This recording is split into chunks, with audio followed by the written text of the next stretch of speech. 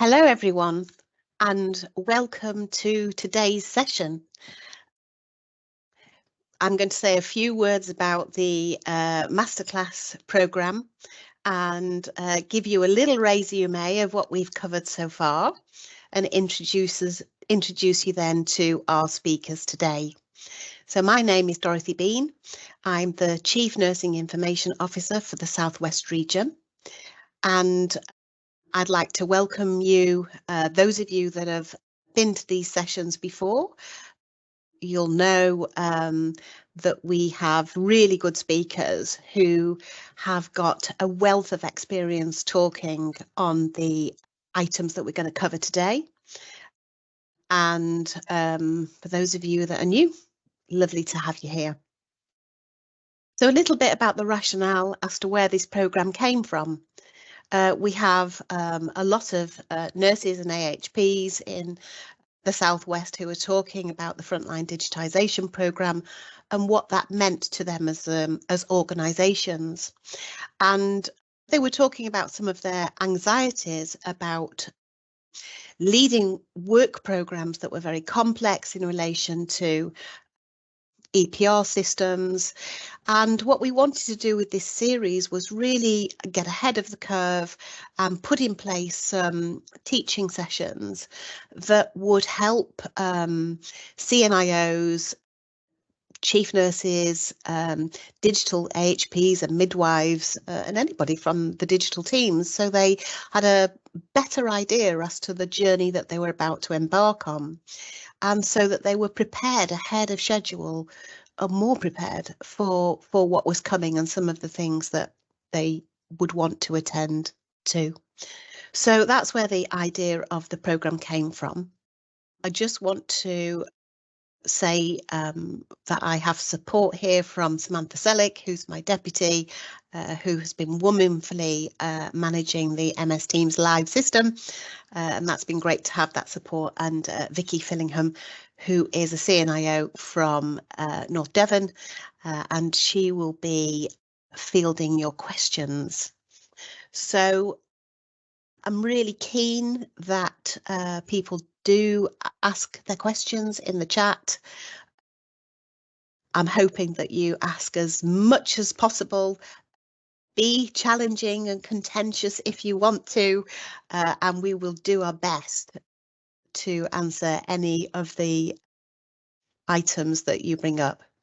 So a little bit about the story so far. So we had organised for there to be 5 sessions in a nice order. Slightly got out of order because we had to move this, which is session 3, to the end where it's sitting now. But a little bit about what we've covered so far, even though the sessions all stand independently from one another. So in the first session, there were some very clear messages. We were talking about the overall EPR journey, and some of the key messages that came out from that was being really clear about the benefits that you expect from your EPR system, and working that out right at the beginning, and having early clinician involvement in the planning and procurement process was seen as being absolutely vital. Session 2 was about go live. The speakers there, they talked about the involvement of their executive team, building really close relationships with suppliers, and the critical role of a well-managed cutover and a command centre led go live. If you want to know more, these sessions will be made available. I'll say more about that as we come to the end of the session. Session 4, very much about winning hearts and minds. All of you that have been involved in either small or large change programmes know that unless you can take a workforce with you, then you will not succeed in your change project. And understanding the workforce's motivations, the capability, the capacity for the change, and the opportunity come from the change all came through in this particular session. And session 5 was about optimization. And some of the key messages from that came about having a genuine understanding of the work as it's done and not as it's imagined. Unless you really clearly understand the workflow as it's done, it is very difficult to put in place the system that is going to support that.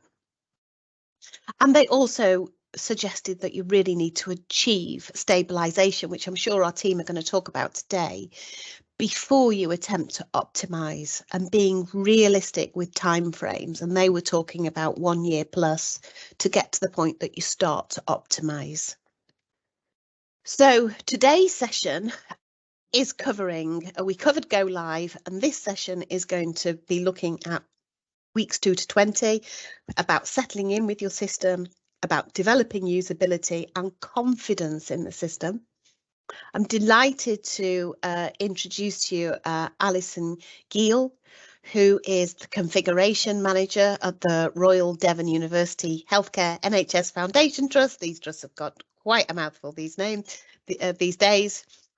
And Jo Hillier, who is a Chief Clinical Information Officer at Sussex Partnership Trust. And welcome to you both. Absolutely delighted that you've agreed to talk about your experience of settling in weeks 2 to 20. I think it's probably fair to say with all of these sessions, our speakers are talking about their lived experience of the weeks 2 to 20. In 45 minutes, we cannot cover everything, but they are going to cover their experience of this period of time and some of the tools that they used and what might help you. So I'm going to hand over now to Alison, who's going to talk a little bit about her and the work that she's been doing in Devon. Thank you, Dorothy. Okay, my first slide. Thank you for asking me to come and speak today as well. I really appreciate that. So it really is a pleasure to be here. I have a slightly different role, I think, to other people that have presented on the programme, so I really hope that it will be helpful to everybody that's attending. So as Dorothy said, I am a configuration manager. I work in Devon. I cover 2 sites in East Devon and North Devon because we have recently amalgamated. And I'll just talk a bit about myself, and this really is a personal journey and a personal story, so I hope that you will find that useful. So I am a nurse. I have quite a lot of clinical background, about 30 years in acute nursing, some of those are with clinical leadership, so I've been a ward manager in a couple of different areas. I've also been a cancer nurse specialist as well, but I have been a configuration manager working on our EPR for about the last 4.5 years. I have done 2 go lives now within this role on the same instance with Epic, our supplier. We went live in East Devon, which is Exeter, just over 2 years ago, and around 6 months ago in Barnstable in North Devon. And you can see on my slide, I've put that I'm passionate about how we can use digital technology to enhance and improve care. And I've become more passionate the more that I've worked with it over a period of time. So I hope that I can get that across to you today while I'm talking. So what I really want to talk about is, I've said I'm going to give an overview of my personal journey, but I want to talk to you a little bit about the team that I work with as well. But I'm going to talk a little bit about my personal journey first, and then I'll talk about the team and then our wider EPR team as well. So as I said, I've worked in the EPR system for about 4.5 years. I cannot tell you how much I have learned. As a nurse, I never dreamt, if somebody had told me even 5 years ago I would be doing the job that I'm doing today, I wouldn't have believed them. I configure the system with my team. I'm in the weeds of the system, and you know, it's a complex job, and I really do. I absolutely love it and enjoy it, but I didn't think that I would achieve so much either from doing this. So when I applied for the job, I really didn't understand what I was going to be taking on. But here I am, and what I knew was that I wanted to be part of a transformational change, a change that was going to affect our local patients, and I wanted to just be part of it. And I think that being a nurse has given me an added dimension to the configuration team. So it's enabled me to bridge the gap between clinicians and digital. I feel now that I can speak both languages. I felt I could speak, nursing before, but now I feel that I can interpret and understand both worlds, and that's a massive advantage. When my team undertake build within the system, as a nurse, I'm able to understand the impact of the build. I understand things like safety, risk, usability for end users. I don't make that decision unilaterally, but I know when and how to escalate. I love thinking creatively and considering how we can enhance care, creating solutions to clinical problems and issues. But I am a small cog in a much bigger team. So I wanted to just talk about our EPR team, our wider team that we use here in Devon, and why it's important when you invest in digital systems that you also invest in the staff who will enable you to deliver the system safely and on time. And then how that team, you'll use them in weeks 2 to 20, which is what we're going to talk about. So thinking in the longer term, you want staff who can grow and develop, who will become knowledgeable, who will be problem solvers, who will help to deliver longer term digital stability. You want staff that from week 2 are ready for a new way of working. They can pick up and run with the job in hand, however daunting that may seem. So we utilise staff with a clinical background in all our teams. So first of all, I've talked a bit about the configuration team that I'm part of, but within our configuration teams here in Devon, we have physios, inpatient nurses, community nurses, midwives, radiographers, ICU paediatric nurses, theatre nurses, ODPs and pharmacists, to name a few. We also have technical staff that work with us. And on my team currently, I have a team of 11 staff and we cover both sites, and we're a mixture of nurses and technical staff, which for the part of the system that we build is a really good mix. We work really closely with information officers, and our information officer team consists of therapists, nurses, doctors and digital midwives. We work hand in hand with the IOs across both sites, and I've said we live in close proximity, but I mean regarding our office space, we work very closely together. We bounce ideas off each other all the time, and this includes our CNIOs. I've had the privilege to work with 3 CNIOs in the last 4 years, and I work really closely. I don't think a day goes by when I don't liaise with them on the most urgent task in hand and talk things through with them. To me, in my role, visibility of the CNIO is really important, so I can progress my work, I can troubleshoot and escalate as I need to. I just wanted to mention some of the other sort of clinical roles that we have within our team. So we also have clinical builders, which are often doctors, some nurses and some midwives who also are able to build and work in the team and help us with our job. And we also have clinical staff in our training roles as well, which in weeks 2 to 20 is just really helpful. So they help to devise and deliver our training across the trust. And I think overall, all of our clinicians bring extraordinary skills, expertise and experience. But in the digital world, we're also learning. We're learning new skills. And what we want to do is help our staff to gain confidence and use in the system. So this is about gaining system confidence and how we use all of those people that I've just talked about, how we utilise our digital team to make sure that we can use our system as it was intended and get the best use out of it for our patients. So I've mentioned training already, training that has been carefully planned, given clinical sign-off, covering the main workflows and processes rather than overwhelming with detail. Training and practice in the system prior to go live is going to really help in the initial go live period and then in weeks 2 to 20 where we're trying to embed practice. And I really can't stress that enough, how practicing in the live system or in a practice environment is, if you have one, is just so helpful for staff. We went down the road of creating lots of tip sheets, and those are in our live system at all times so that staff have got those at their fingertips to sort of help explain things and utilise at all times.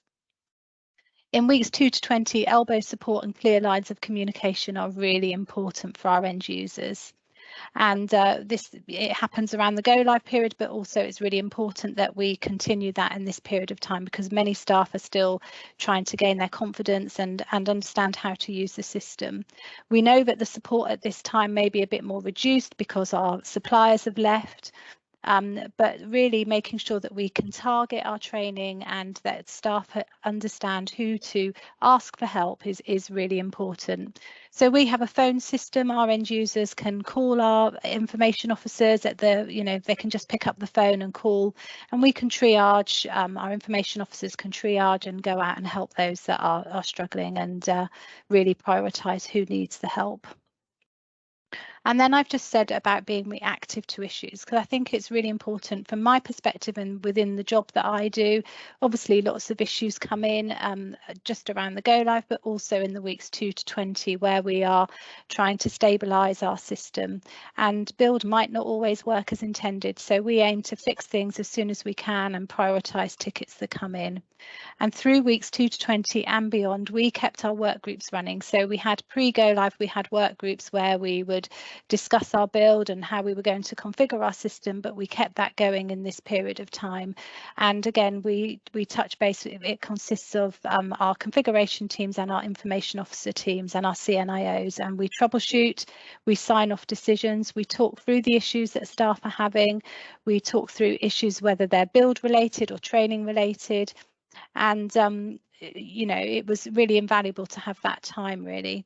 And one little thing I've just put on the end here, we had great rejoicing in our office when we had our first ticket for a spelling mistake, because then that staff are really getting to grips with the system, because they are finding your spelling mistakes in what you've built and configured for them. So we had a little dance in the office when we got our first ticket for a spelling mistake. We thought we were getting there.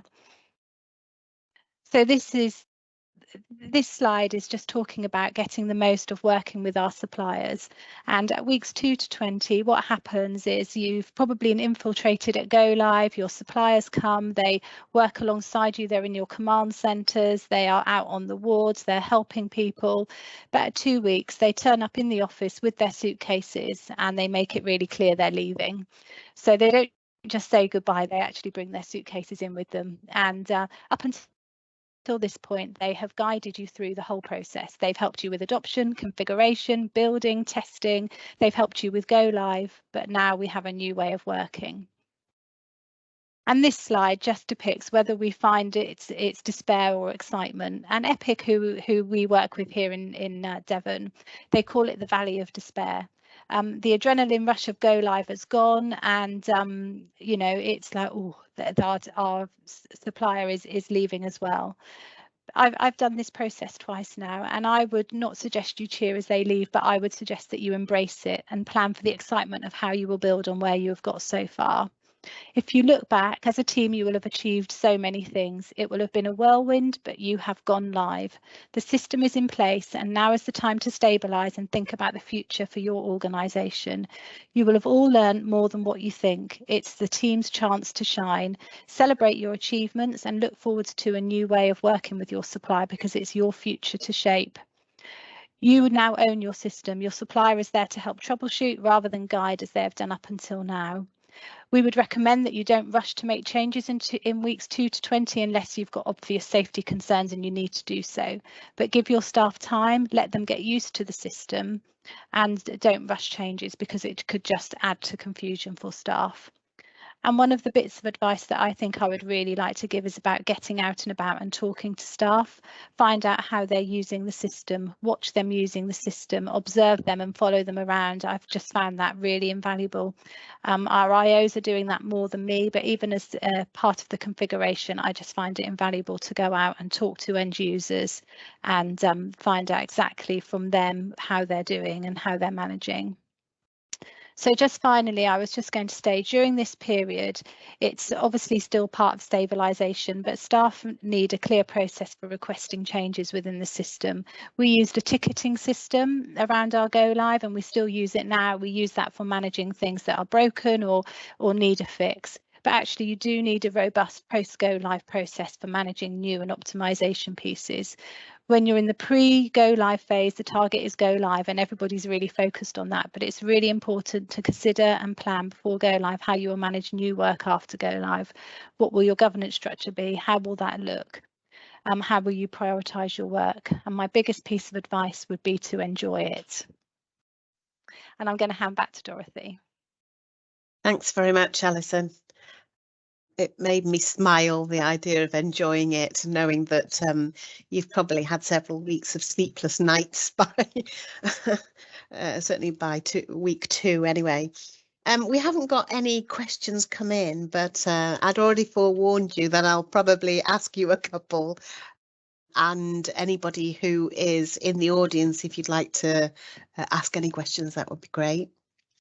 So, you know, when I'm listening to you, it sounds like you've got an army of people in your service to support the change that you've gone through. And I think it might be really useful for people to know how many staff you've got working in your team compared to the size of organisation that you are. So how many staff, maybe how many nurses, medics, bed base, community service, maybe staff size works.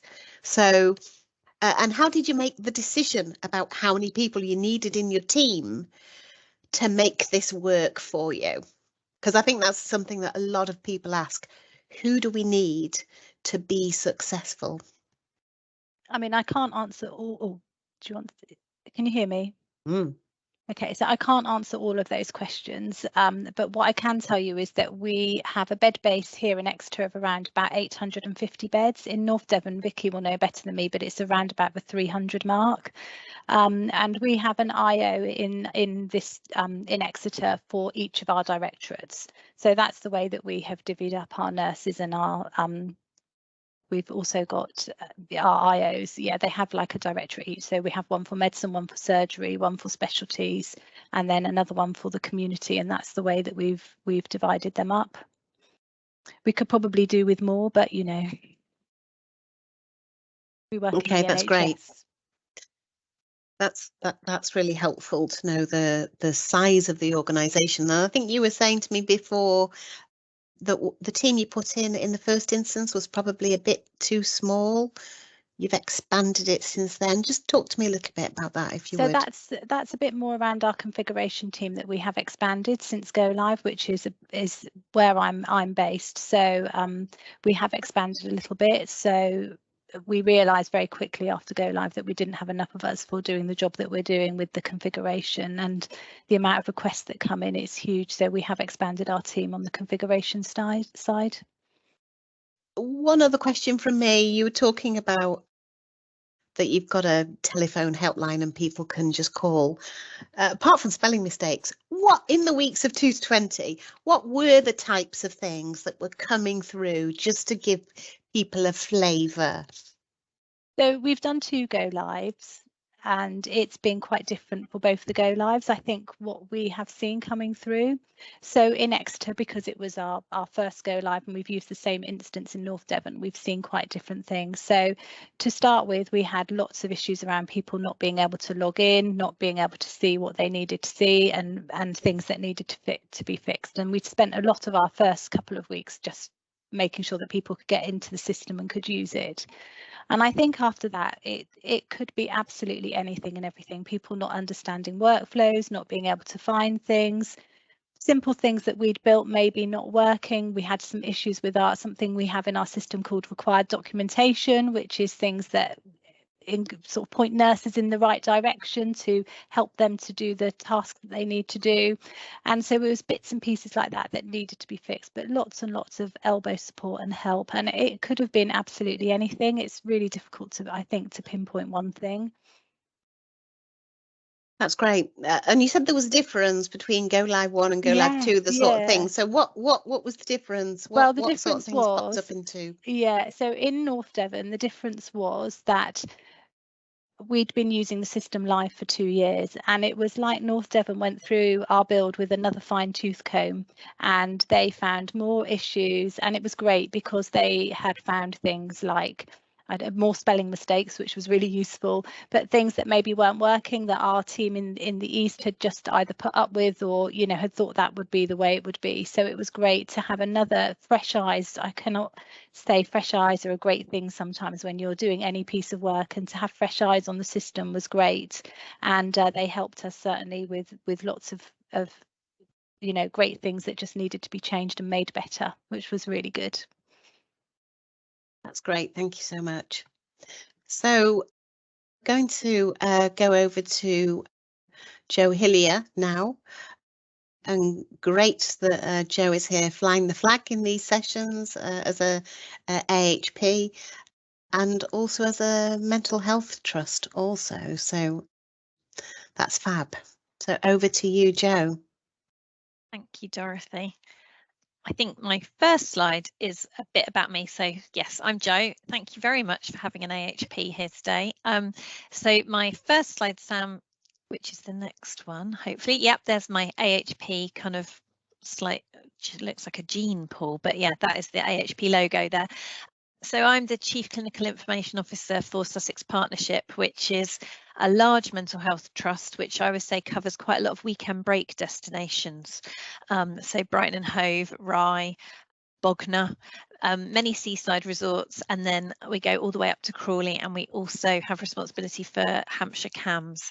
And we're a mental health and learning disability trust, and we cover everything from forensics through to primary care. So in terms of electronic patient records and systems for recording things, we've got a huge variety of user needs. And I also think it's fair to say, coming from a mental health background, that often electronic patient records are not built for mental health trusts. So you often find yourself configuring or reconfiguring something that might have not been built with mental health in mind. So if we think about what happens after implementation, generally what's happened before implementation for mental health trust is an awful lot of conversation about the way that we work, which might be different. My background is slightly different from Alison's in the sense of mental health being quite I guess as an AHP, there's quite a lot of different roles that you can hold. So I had clinical and operational roles for 20 years before my move to digital permanently 3 years ago. But within the operational and the clinical roles that I held, I was always seemed to be mobilising new services. And when you take over a new service or you're mobilising something new, then your electronic patient record is often at the centre of that. So I've had the opportunity, and I might probably now in hindsight say privilege, although sometimes it might not have felt like that, to have mobilised primary care mental health services, which would be improving access to psychological therapy, so IAPT. And that's really specific within the mental health world because there is the biggest amount of performance requirements with that kind of electronic patient record than you might find for others. So the kind of my reflections on a 2 to 20 week handover or time period is also about having also just mobilised a brand new service at the same time. I now work within our large mental health trust where we use another electronic patient record. So I've mobilised System 1 on several occasions, and we use care notes within the main body of our trust, and they've got different personalities, different systems. So I think it's fair to say that your 2 to 20 week plans also need to really fit in with kind of your system requirements and what else is going on in your culture and values as an organisation. So the next slide would be fab, Sam, thank you. So building on Alison's kind of points, we tried not to duplicate, but I am I'd like to think I'm a great thanker. And I think that there's nothing better than pausing to say thank you for huge amounts of work and all of that adrenaline fueled kind of launch or command center and all the different kind of elements of a implementation, because even if it's a small implementation, so one team or department onto an electronic patient record or one change of system, the value and gratitude of all of the work that people will have put in needs to be really clearly spelled out, because it will have disrupted people's practice and it will have disrupted people's day, and they might have had to have stayed late. And for the team themselves that were responsible for any kind of change, their resilience and their leave bookings might suddenly all now swing into play, because actually people often try not to take leave at kind of within an implementation time. So I think the human factors can't be underestimated. And the evaluation. So what have we learned so far? How did we work together? What were the pain points? Do we need to do any repairing? Do we need to do any kind of focus on, you know, kind of what went well, really building team strength and thinking about those iterative cycles of development kind of within the norming and storming. And I think so much work goes into thinking about launch that it's really important to plan this stage. It's almost like kind of planning for when you get back from holiday before you've even caught the flight. So actually, you know, kind of you've kind of done the sort of big adrenaline fueled launch, but actually within your planning, you really need to think about this bit now, kind of almost before you launch, so that it doesn't fizzle out, or that you don't kind of just end up with a load of gripes. You really need some of the elements of the implementation plan to stretch through. I've got here a rock and roll kind of person, because I am a bit of well, I quite like the rock and roll. So I know that I like doing new things, and I know that I like doing things differently, but I have learned that it doesn't all have to be pipe and slippers versus rock and roll. So actually you can still find rock and roll change. You can still find excitement in maintaining and sustaining a system.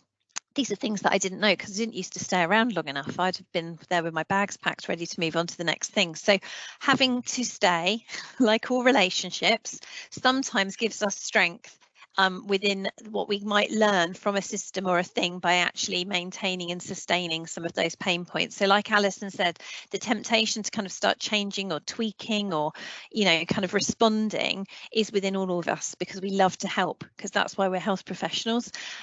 But actually sometimes sitting with a bit of discomfort can be really powerful. So I would say it's not one or the other, and also making sure that you're kind of reflecting on, you know, what bits you enjoy about change, because there will also be people who quite like the sustaining elements, and maybe we need to play to their strengths. Keeping the project team together is really important at this stage, and often funding people might start to say, oh, we need to move that person back now, or oh, surely you don't need this person within your team now, Joe. The project management element, for instance, they might well be thinking about their next big thing that they've got to do. But actually, if you can keep that project team together to evaluate and then plan the next steps, that all that knowledge and power that you've been building, you don't want to lose that and it just dissipate into the system. So trying to kind of really be quite protective over that is important. Adoption and culture comes more and more into this element, I think, of weeks 2 to 20. So having coalesced, if you like, different services around a new electronic patient record in my own practice, it can be some of those difficult cultures that you see in weeks 2 to 20. So an example of this is in primary care and mental health services. When I was working in Brighton, we were bringing voluntary care organisations to be using our electronic patient record for the first time. It was really exciting. We had children's mental health services that had been in the kind of voluntary sector now using the NHS electronic patient record. So we were all able to document together, and the patient journey was much stronger. But actually the culture of volunteer counsellors is quite different from psychologists who kind of have always been working in the NHS, and some of the fears about writing full notes or writing kind of difficult information related to trauma really suddenly came through. So what we noticed in our electronic patient record was that there were fields not complete, and that there was coding that we thought was going to be really helpful for people. Suddenly people weren't doing those fields or completing that work, and rather than just kind of beating with a stick and saying, well, this is how you wanted it built, so kind of come on guys, let's get on with it, it was actually the fear about an electronic system and a new system, and people not really understanding where that information went, and the knowledge of sensitive information kind of going somewhere. So I think what that really taught me and the team is that you need to understand the cultures that you're sometimes bringing together over a technology project, and also coming back to understand the reasons why people aren't doing things, because it would have been very simple for us to have said, well, those workflows aren't working, so let's just change them. But actually it was a bigger culture piece about what it feels like to be writing and using an electronic patient record. The other thing, and I've got a little sort of 4-process meeting agenda here, is keeping things interesting and light. And people will often turn up to meetings if they're interesting and light and they feel that there's something in it for them. If you feel like, oh, the job's done now, we've got this new electronic patient record system, you might notice that people don't turn up to meetings in quite the same way. So how do you make sure that those agendas are tighter or more meaningful? and also some rewards. Do you need as many meetings at this point, or do you need more governance, or do you need more clinical safety? What is going to appeal to the members of your organisation to ensure that you've still got really good forums for discussion and disagreement and planning together? And also, I guess, some of that prioritisation of what work you want to take on next, so that we don't change everything all at once, but we'll kind of have a look at that as a kind of way to shortest job first. So actually, what are the quick wins that we can sort out here? What are those bigger things that either we need to sit with to see what happens, or can, you know, kind of we need to kind of work out when we've got more resource again. So meetings, I think, and a review of those can be particularly critical, because you will need different forums and functions at this stage. So my next slide is focusing a bit more to patient safety. So one of the things that I think you can spend hazard workshops and lots of time focusing on kind of when you're planning your electronic patient record is patient safety and clinical safety reporting. But that doesn't go away just because you've turned something on. In fact, the risk and the incidents need quite a lot of careful monitoring to make sure that you're not causing themes or trends. When I was implementing System 1, for instance, we were taking over 1,000 referrals a month. Well, if there was a patient safety issue with 1,000 referrals a month, then I'm making 1,000 patient safety incidents within a population, and that obviously is really serious, even if, you know, kind of they're not big incidents, but that might be a form not filling in the right address, or a postcode not being recognised by a system, or a letter not being passed electronically to a GP surgery. That could still multiply, be quite high numbers of incident. So I think really making sure that your culture of reporting and feedback, you said we did, both in terms of patients and clinicians, needs to be really strong. Both Alison and I have sort of said not rushing into changes straight away, and also the kind of clinical leadership element. So often you'll be given additional funding for your EPR implementation. Can you hold on to some of that leadership? Can you hold on to some of those key figures that were really driving change within the kind of more sustaining period after the implementation? There's a really good document from NHS providers that I've hyperlinked there, which is called Making the Most of Your Electronic Patient Record System, and it does speak to kind of planning your new EPR, but it also talks about how you really maximize the configuration. So if you're interested in further reading on this, that was something that I've read recently, in fact just this week, that I found really useful. And it speaks to a whole range of both clinical and operational issues. The governance structures, I think, are also important to bring together the clinical and the operational elements. I've held operational roles and I've held clinical roles. That doesn't make me any less of a clinician or any more of an operational manager. It just means that I've got an eye for both details. But actually, if you can bring communities together, so it's not just that the electronic patient record is seen as kind of the service manager's department or the data department, then I think that that's really important.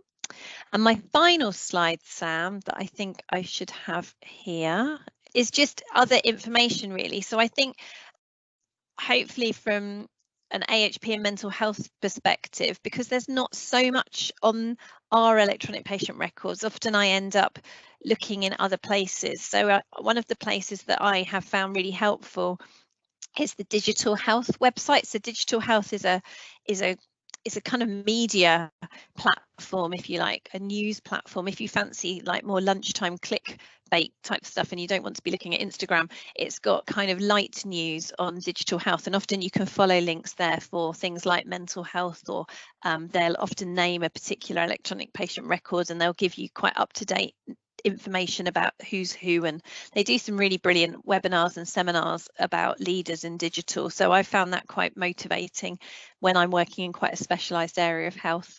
And then I've also put at the top there the Digital Academy. So my love of mobilising new things and using electronic patient records and being an interdisciplinary player, if you like, as a CCIO who's an AHP, really was kind of, I don't know, born more fruit by being a member of the Digital Academy and finding like-minded people, because it's quite hard being an AHP CCIO, there's not that many of us, but then when you're on a national programme like the Digital Academy, so that is the Digital Health Leadership Programme, suddenly I could find other people who were interested in the same things as me. If people are interested in applying for the Digital Academy, because I think that the applications are about to open again this year, I'm more than happy for people to speak to me about the application process. It's quite a commitment because it's a PG dip, which can also lead into the masters.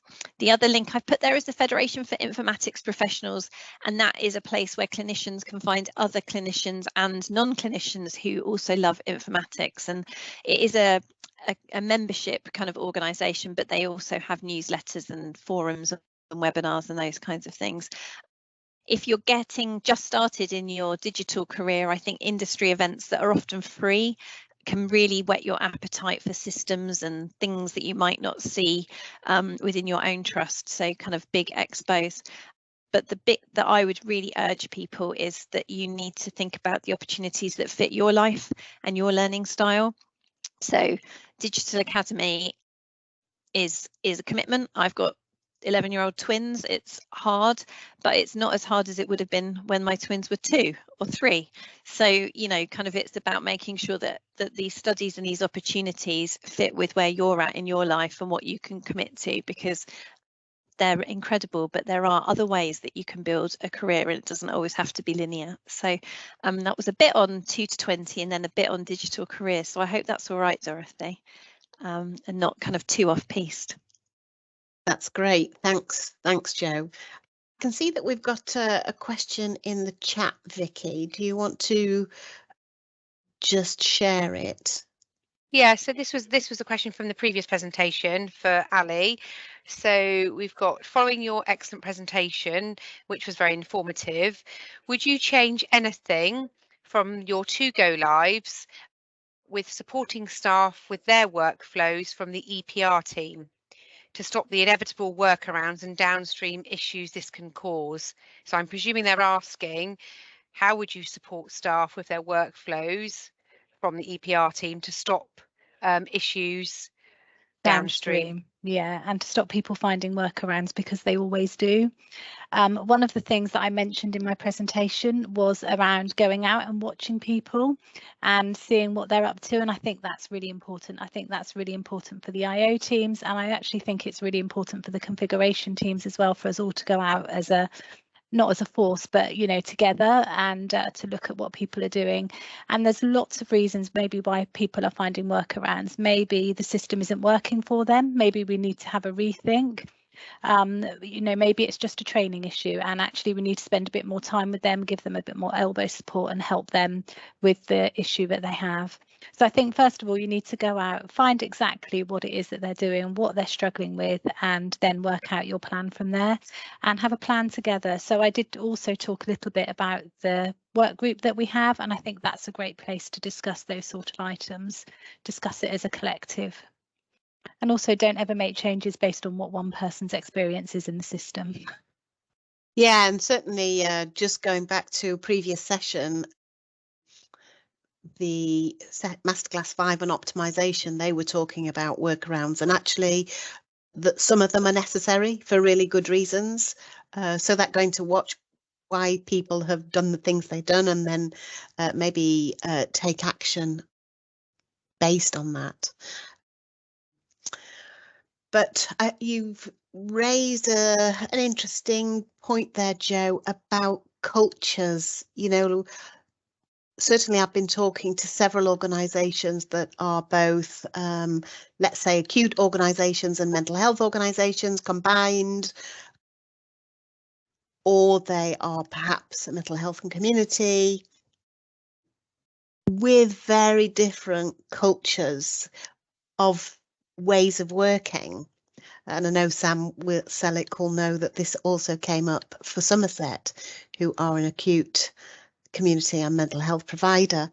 I just wondered if you could say a little bit more about your observation about those different cultures. How did you pick that up? And you talked a little bit about how you responded to it, but how did it manifest itself?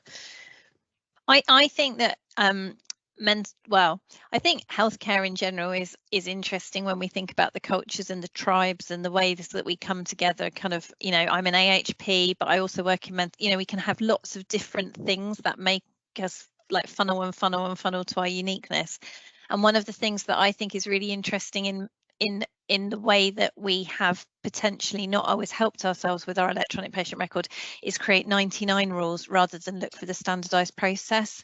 And I think that coalescing around the common denominator rather than the exception, often it makes a much clearer sort of due north steer for your work, but it's very kind of easy to fall down rabbit holes of, oh, but what about that patient with, you know, who's left-handed, who enjoys kind of tea on a Sunday afternoon, and then suddenly we're over here looking at that when actually we're not looking at all the other people that drink coffee. It's kind of it's very easy to start to want to be inclusive in a really broad way, which is so important, but yet actually then you miss the standardized process. So I think culture is about kind of what's the common, and then we can also absolutely kind of, you know, really celebrate the difference. But when it comes to a system, there needs to be some common ground. I also think that the kind of the way that information is valued as an organisation is really important, and sometimes addressing that element of culture, although that's not directly about the electronic patient record, it's the value that information and people's information and how we use data feeds into kind of quite a lot of this work. So although the EPR is the technology, I think it's always important to look at the dynamic or the factors that sit around that, because it's sometimes not just the supplier and the digital team. In fact, it's like less likely to be. People first. We've got another question come in, I see, Vicky. Yes, so this could be aimed at both of you. Definitely, I know that Ali could answer it, but I'm not so sure with Joe. But did you have any issues with community connectivity? And if so, how did you overcome this? Sorry, I put myself on mute. I don't know the full answer to it, but yes, we have had some issues with community connectivity. So we have our community staff, nurses out in our communities that are on our instance of Epic as well. And they do have to work offline from time to time. We've had a few, like I say, we have had a few issues with it, but we have done our build in order to be able to accommodate that. So they work offline, and as soon as they're back online, then they can upload their information and data. That's great.